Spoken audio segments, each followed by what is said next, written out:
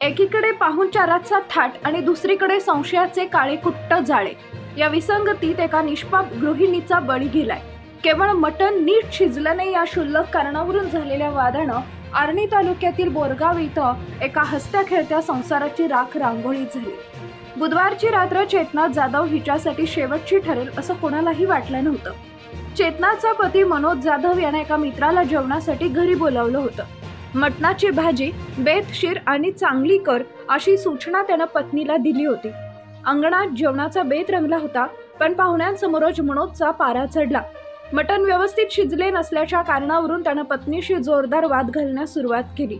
हा वाद केवळ स्वयंपाकांपुरता मर्यादित राहिला नाही, तर त्यात मनोजच्या जुन्या संशयी स्वभावाचा आणि व्यसनाचा तडाखा लागला. मिळालेल्या माहितीनुसार मनोज हा दारूच्या आहारी गेला होता.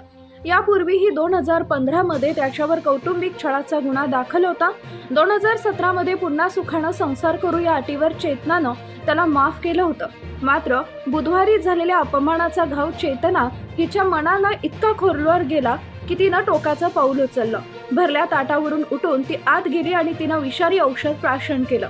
बाहेर येऊन जेव्हा तिनं पतीला ही बाब सांगितली तेव्हा एकच खळबळ उडाली. तिला तातडीनं आर्णी येथील ग्रामीण रुग्णालयात नेण्यात आलं, पण नियतीला काही वेगळंच मान्य होतं. डॉक्टरांनी तपासून तिला मृत घोषित केले.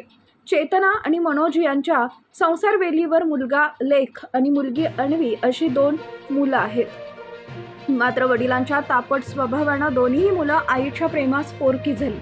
ज्या बापानं घराचं रक्षण करायचं त्याच बापाच्या संतापानं या मुलांच्या आयुष्यात कायमचा अंधार पसरवलाय.